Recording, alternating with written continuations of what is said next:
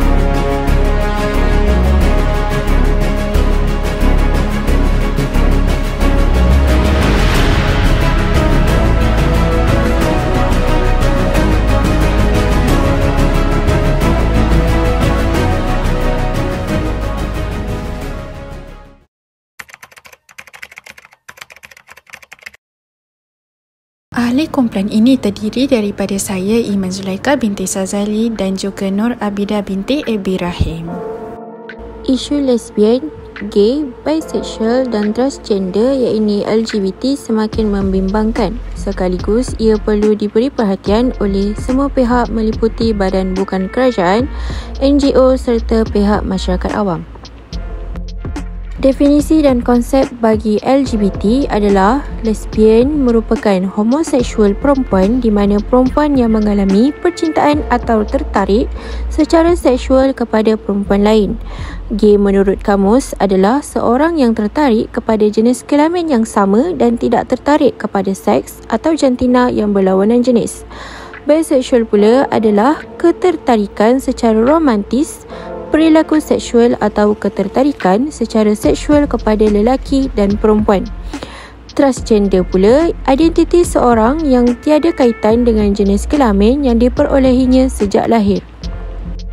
Faktor utama permasalahan LGBT yang pertama ialah keadaan semula jadi iaitu punca yang boleh difaktorkan oleh genetik, biologi dan hormon perkembangan janin dalam rahim. Yang kedua ialah pengalaman awal. Faktor-faktor seperti ini ialah interaksi sosial, hubungan keluarga dan persekitaran budaya. Yang terakhir pula ialah identiti dan penemuan diri. Mereka mungkin melalui tahap penyingkiran, ketidakfahaman dan penerimaan diri. Seterusnya, saya akan bercakap mengenai strategi menangani permasalahan LGBT. Pertama, dari segi peranan ibu bapa, di mana ibu bapa perlulah mengawal anak mereka setiap masa dengan memeriksa telefon bimbit dan mengenali siapa yang mereka berkawan. Bukan itu sahaja, ibu bapa juga perlu menitik beratkan dan mengambil tahu tentang masalah peribadi yang dihadapi oleh anak mereka. Kedua, kerajaan juga memainkan peranan yang sangat penting, di mana kerajaan boleh bekerjasama dengan organisasi Islam dalam membentuk strategi dalam membantu golongan LGBT.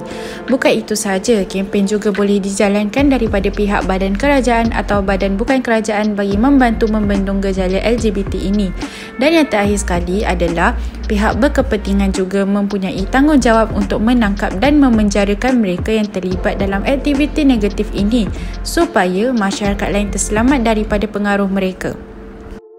Saya juga akan menerangkan tentang kesan LGBT. Yang pertama, berlaku budaya gaya hidup yang negatif di mana masyarakat yang hidup berdekatan dengan golongan LGBT lebih cenderung untuk terpengaruh dengan perkara negatif oleh kerana sifat ingin tahu yang terlalu tinggi, terutama sekali para remaja. Hal ini menyebabkan mereka yang tidak dapat mengawal nafsu akan mudah terjebak ke dalam LGBT.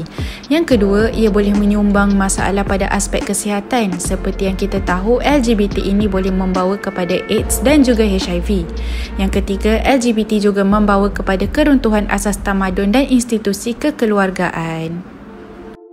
Seperti yang anda dapat lihat di atas, ini merupakan statistik kes HIV dari golongan LGBT di Malaysia sepanjang tahun 2000 sehingga tahun 2021. Sebagai pesanan khidmat masyarakat, konklusinya masyarakat Malaysia tidak boleh menyokong LGBT kerana ia bertentangan dengan fitrah semula jadi manusia yang mengiktiraf keturunan dan perbezaan jantina. Hal ini juga jelas menunjukkan bahawa gejala LGBT ini tidak mendatangkan manfaat kepada diri kita. Jadi, kita perlulah bekerjasama dalam membanteras gejala ini dari terus berleluasa. Sekian, terima kasih.